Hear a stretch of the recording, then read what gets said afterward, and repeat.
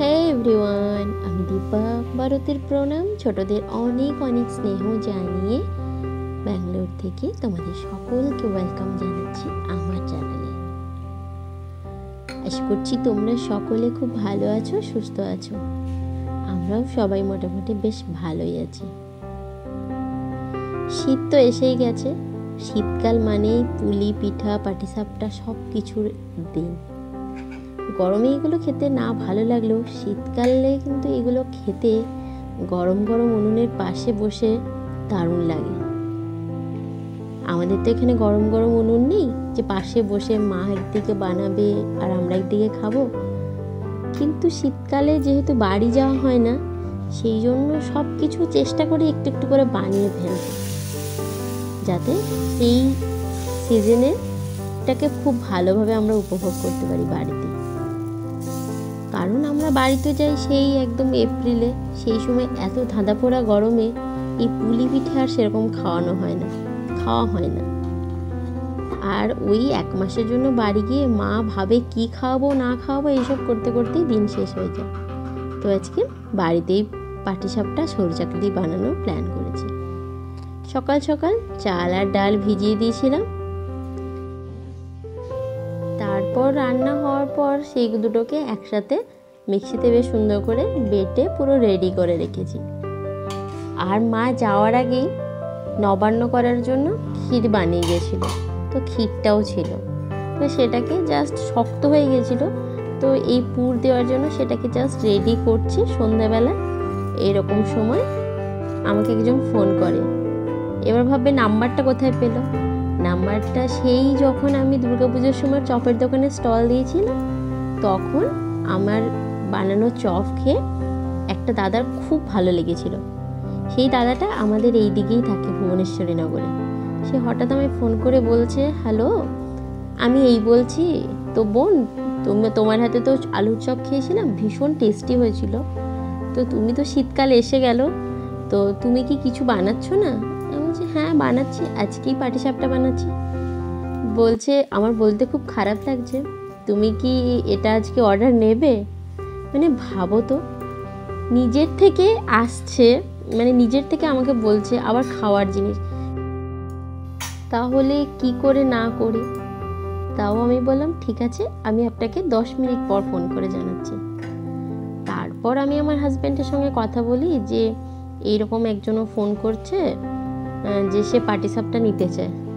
তো হাজব্যান্ড বললো যেহেতু খাওয়ার জিনিস, আর এই জিনিসগুলো দেখবে খুব লোভনীয় হয়, মানে সিজনে এরকম শীতকালে একটা দুটো খেতে ইচ্ছেই করে, কিন্তু যারা বানাতে পারে না তারা কি করবে?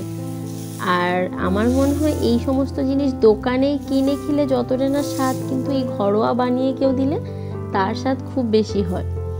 তো হাজব্যান্ড বললো ঠিক আছে বলে দাও, দেবো। তো আমি জিজ্ঞেস করলাম কত নেবেন, উনি বললেন মানে 2 প্লেট 10টা। তো দামটা আমার মোটামুটি সত্যিই জানা ছিল না, তো দাদাই একটা অ্যাভারেজ করে আমাকে দিয়েছে। সে যাই হোক, কিন্তু খেয়ে তার ভীষণ ভালো লেগেছে। আর সত্যি কথা বলতে আগে আমি যখন প্রথম স্টার্ট করেছি, তখন আমি হোয়াটসঅ্যাপ স্ট্যাটাস দিতাম এই বানাচ্ছি কেউ নিতে চাইলে, কিন্তু এরকম নিজে থেকে কেউ নিতে চাইলে শুনে বেশ খুব মানে ভালোই লাগলো। উনি ভাবছিলেন হয়তো আমি কি ভাববো, কিন্তু সত্যি কথা বলতে নিজের রান্নার যখন কেউ প্রশংসা করে না, ভীষণ ভালো লাগে। তো যাই হোক, সমস্ত কিছু রেডি করে নেওয়ার পর তাওয়া বসিয়ে দিয়েছি।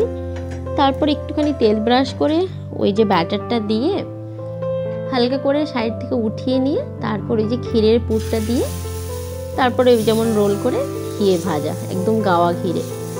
ঘিও আমি বাড়িতে বানাই, সব কিছু বাড়িতে হাইজেনিক মেনটেন করে আমি সবসময় করার চেষ্টা করি। যেহেতু আমার এটা প্রফেশনালি করি না, আমি বাড়ির খাওয়ার জন্যই করি, তো সেই জন্য সেরকম। তো বেশ সুন্দর করেই হচ্ছিল সমস্তগুলো। আমি প্রথম একটু ভয় পেয়েছিলাম যে কেমন হবে কি জানি, আমি তো বললাম দিয়ে দেব। আর সত্যি কথা বলতে আলুর চপ এরকম ফাস্ট ফুড সব কিছু বানাতে আমি যতটা এক্সপার্ট, বাট এইগুলো তো সেই কালেভাবে বানানো হয়, আমি অতটা শিওর ছিলাম না যে কেমন হবে জিনিসটা ভাবতে। তো তারপরে দেখলাম মোটামুটি ঠিকই হয়ে গেল। সত্যি কথা বলতে কাউকে খাওয়ানোর মন থাকলে আমার মনে সব কিছু এরকম সুন্দরই হবে।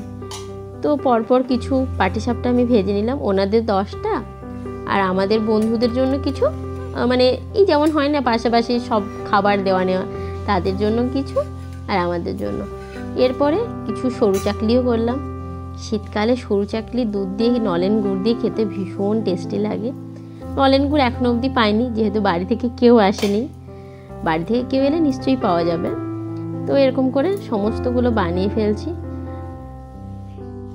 আর আজকের এই ব্যাপারটা আমার খুব ভালো লেগেছে যে আমার বানানো খাবার খেয়ে কেউ আমাকে মনে রেখেছে, তারপর সে নিজে থেকে আমাকে নক করে জিজ্ঞেস করছে কিছু বানাচ্ছে কিনা। তো সত্যি ভীষণ ভালো লেগেছে। বাড়ির কেউ যখন রান্নায় প্রশংসা করে তখন তো ভালো লাগে, কিন্তু এই অচেনা মানুষগুলো আমার রান্না খেয়ে সে আমাকে মনে রেখেছে, এটা সত্যিই আমার প্রশংসনীয়। মানে আমার রান্না আমার প্যাশন, মানে আমি রান্না করতে ভীষণ ভালোবাসি। তো সেই রান্না যখন কেউ তারিফ করে সত্যিই ভালো লাগে। তো যাই হোক, সমস্ত পাটিসাপটাগুলো আমার ভাজা হয়ে গেছে। এই যে কিছু সরু চাকলি, পাটিসাপটা, আর ওদেরগুলো আমি একটু হটপটে রেখেছি যাতে গরম থাকে সুন্দর। তো সমস্ত কিছু এবার একটা ফয়েলের মধ্যে প্যাক করে দেব। ওইদিকে ওই দাদা এসেও গেছে। দাদার আবার একটা আবদারও হয়েছে, বোন যেদিন আলুর চপ বানাবে সেদিন কিন্তু আমাকে প্লিজ বলবে। আমি বললাম ঠিক আছে, একদম বলবো। তো একটুখানি আমার বানাতে বাকি ছিল, দাদাকে পুরো রেডি করে দিলাম। তো ভীষণ ভালো লাগলো আজকে।